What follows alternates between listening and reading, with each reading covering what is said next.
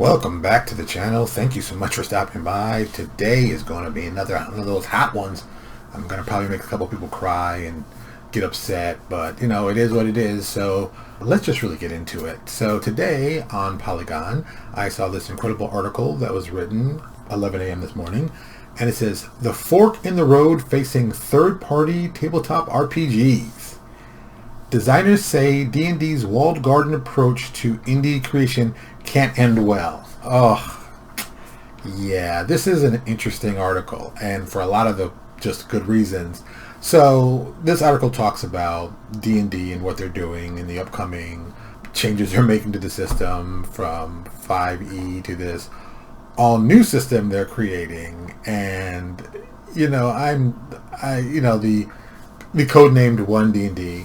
Let me give you a little bit of my feeling about this and what's going on. And this is a great article. If you haven't read it, I should have a link in the bottom. Check it out. It's really interesting, especially if you actually publish on D&D or independent or whatever. It's just a really, really good history lesson / some interesting moments of change and stuff like that. Like all right, so let's go back to 4E. So 3.5 and 3.0 were really big hits for the indie game scene, developers. A lot of guys like me got them started. That's where we got really started into publishing. I mean, I did for myself. I published games, before 2000, but when 3rd edition came around, it gave an opportunity for me to put out a lot of products specifically for D&D that could be my own personal choices and things I wanted to create. At the beginning, I really was focused on doing modern games. I was working on a modern game at the time, which became and was Haven City of Violence, and developed it, kept it going, and it's gone on for the last 20 years. I still put out stuff once in a blue moon, but I digress. So 3.0 came out, 3.5 came out, then 4.0 came out, and we all know how 4.0 did.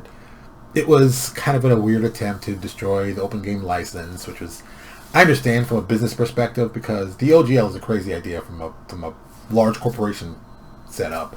You got to be crazy. Give away some of our content so people can make their own stuff, make money. That should be our money. Not thinking that these people are really advertising to get more people playing, but that's a lot of short-sightedness, but I digress.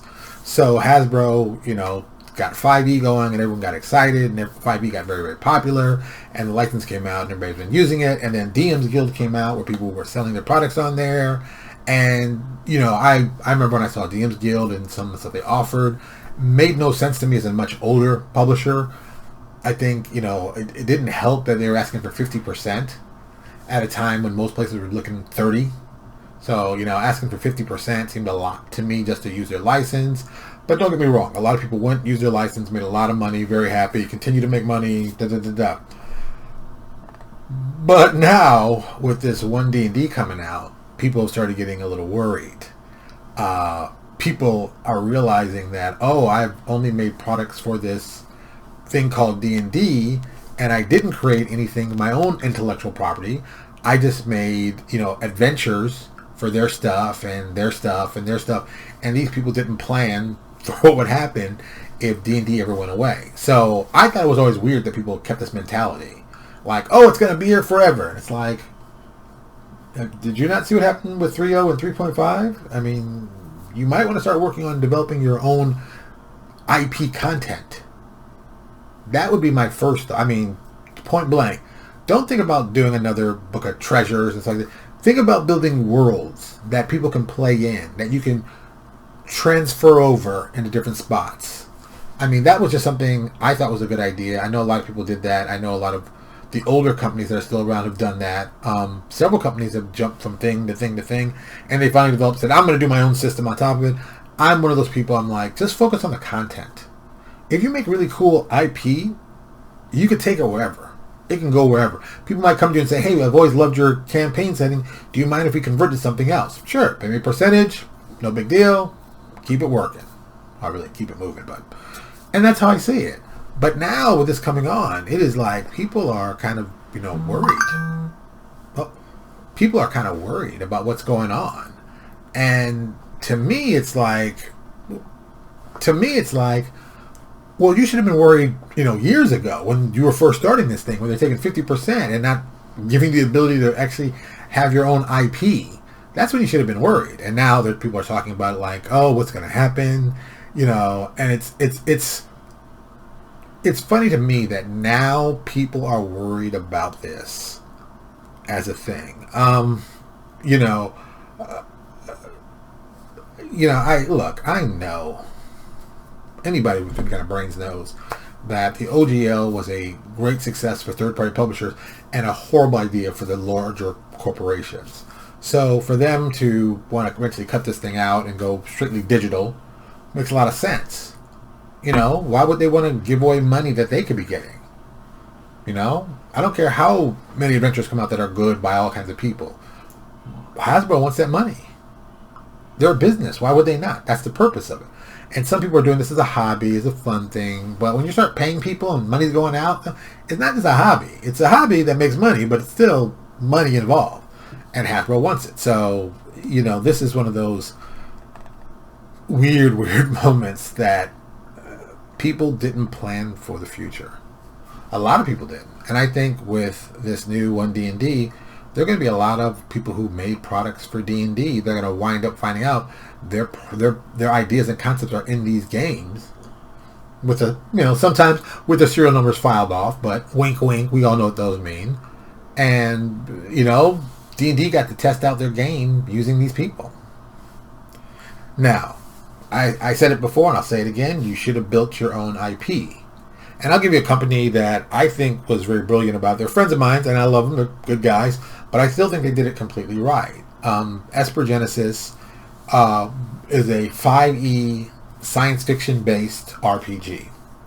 So they did a smart thing. They came out, I think, before most people were doing sci-fi for 5e. Now I've seen a couple people pop up like, we've been doing sci-fi. I'm like, yeah, but not that long. I know my boys at Alligator Alley Entertainment have been doing it forever and a day. And they did everything right. They were smart about how they started it. They were smart about doing adventures. They were smart about doing like a living campaign. They did everything right. But they also learned from when they did this back in 3.0 and 3.5 when they were working as Paradigm Concepts and they built Arcanus. So they knew what to do this time around. And they did everything right. They did everything right again. So, boom. Smart idea. Develop their own world. Put it on something popular, change it enough to make it that people understood how to use it in 5e, but they wanted to play some sci-fi, here you go. And that was smart. That was very smart, very, very smart, and just a good long-term move. They built their own world, because that's the important thing. When you're playing in a situation like this, where the owner of the mechanics can pull them away anytime, let's kid it, and people are like, well, they can't pull it, Lewis, they'll always be out there. Look, let me just tell you from a really live perspective. I have tons of products made for D20 Modern. Yes, D20 Modern still sells today. I still get sales.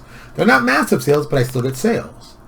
I have enough products out there. It's not a big problem, but still, I'm no dummy. I know how this is going to end. So, what can I say? I think if you were making products at this time, third-party products, you should do everything you can to put out some IP.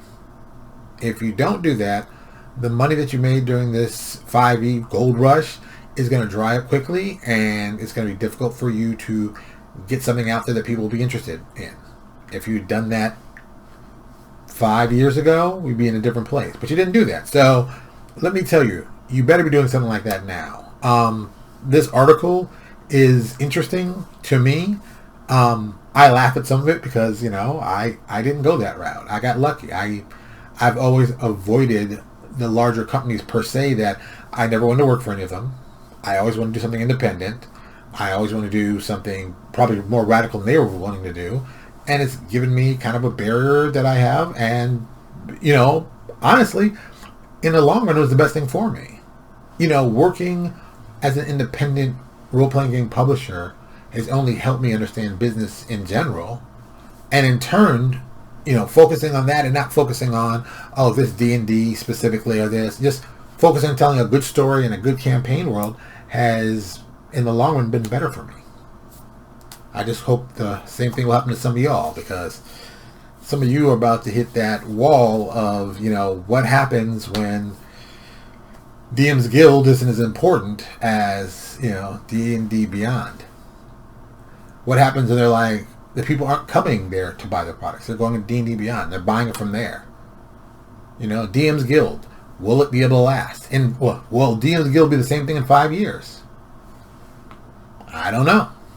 It's going to be interesting, but I hope you guys are planning for your future, because you might want to think about what's going to go on in your future.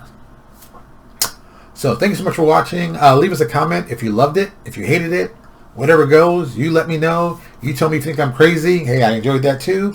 But what can I say? It's going to be an interesting time. Thank you so much. I really appreciate it. And I will talk to you all later.